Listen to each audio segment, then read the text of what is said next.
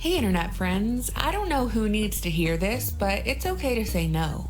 Many of us feel uncomfortable saying no because we're afraid of conflict, we're afraid of standing out from the crowd, because we grow up well-behaved and compliant and we place value on the comfort of others and very little on ourselves. We're even dealing with this new abnormal we've been sold every single day in 2020. Police are preparing to launch their aerial arsenal as part of a crackdown on COVID rule breakers. Making sure skate parks and playgrounds remain empty, and for those who head to the park, a mask is a must. Authorities in Melbourne, Australia have announced the release of high-tech surveillance drones that will be utilized to identify individuals outside not wearing masks as well as scan for cars that are in violation of curfew. Previous measures over the last few weeks have included drivers being asked to produce papers at certain highway checkpoints just to get to work. With only one person per household allowed to leave their house, limited to one outing a day, and permitted to pick up essentials as long as it's within 5 kilometers of their home. The consequences for being in violation of any of these aforementioned transgressions, whether that be the inability to produce papers to justify your departure from home, being outside without wearing a mask, or disobeying the strict 8 p.m. to 5 a.m. curfew, will result in a massive fine.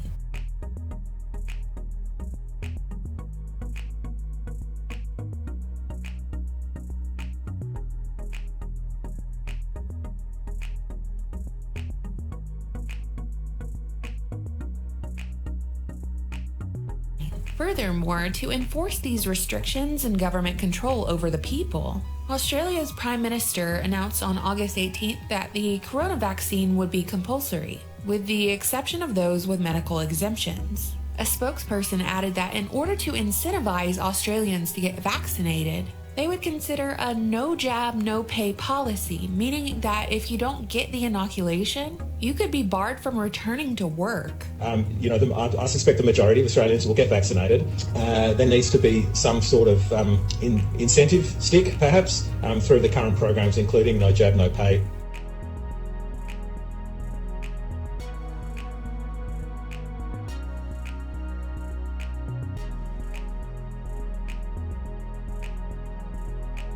I'm incredibly curious how Australians under lockdown are feeling right now. How are you feeling about the possibility of no jab, no pay, especially within the context of a speedy and rushed vaccine? Do you believe that your right to freedom is outweighed by potential health risks? Do you believe that once the public health risk, whether real or exaggerated, is dialed back, that these tyrannical and draconian measures will be dialed back in tandem? Or will they remain as the new normal for the foreseeable future? Australians aren't the only ones in this boat. New Zealand appears to be on board with this worldwide authoritarian takeover as well.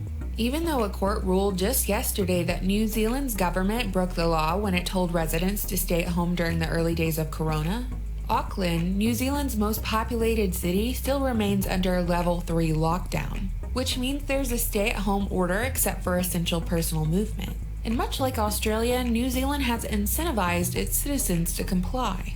And recently, when the Prime Minister was asked what happens if citizens refuse to be tested for the virus, she replied that they actually cannot refuse, that they will be held by the government in a government quarantine facility for the designated period of 14 days, and should they refuse to be tested after that 14 days, they will be held by the government for another 14 days. So okay, what about your job? What about your children? What happens to your livelihood and family during the period when your government holds you against your will in a facility until you comply?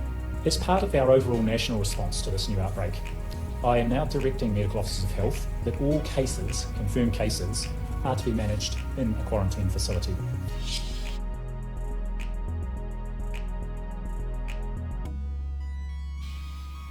New Zealand and Australia aren't the only countries experiencing medical tyranny or martial law disguised as quarantine. And let me just ask, does the propagated public health risk justify what's happening in these countries? And are you willing to comply to say nothing until your country ends up like theirs?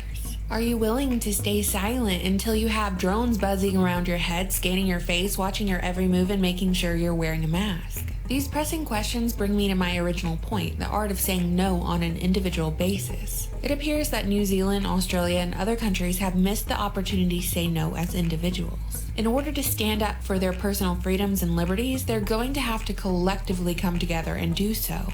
And that seems real hard to do when you're only allowed to leave your house once a day for groceries. None of these draconian measures they've implemented during lockdown are going to end until the people themselves end it.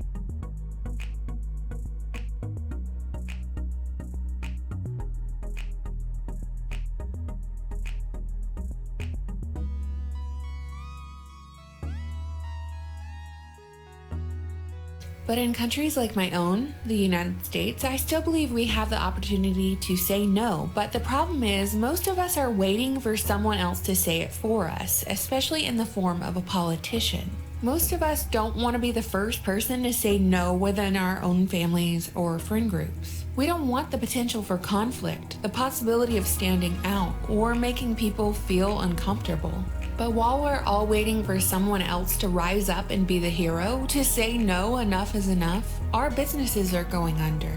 Our families are running out of money, our children are being further isolated from their peers, and the circumstances are not improving. The reality is the full effect of the 2020 lockdown hasn't even been felt yet, but fear-based mind control is pumped out around the clock, meant to keep us silent, compliant, and distracted, while our television programming is purposefully omitting major stories. Some people are rising up, and they've done a glorious job of it. On August 1st, a huge protest was organized in Berlin with the sole purpose of rising up against the German government's lockdown restrictions. When American media finally got a hold of this story, they majorly downplayed the numbers of protesters present and painted all of the protesters as neo-Nazis and conspiracy theorists. Because when the media uses ad hominem attacks, derogatory terms like neo-Nazi and conspiracy theorist, they're hoping that everyone who reads this story will automatically dismiss whatever the person labeled a neo-Nazi is protesting. But hey, it didn't work.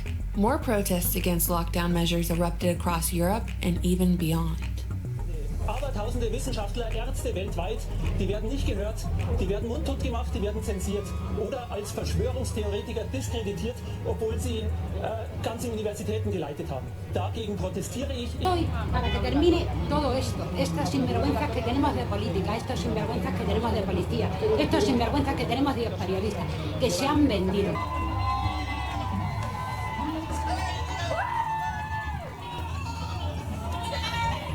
These people seem to get it. It's not about what we can personally endure. It's about what kind of world we're creating for the future.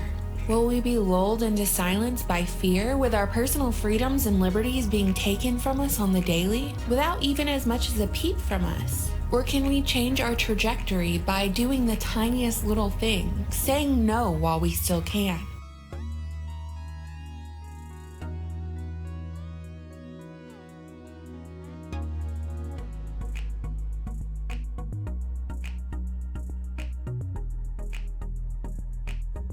There's this quote, and I'm pretty sure it's from a video game commercial, but it's a really good quote. I totally love it. This morning, I was just a drop, a single drop that soon became a river.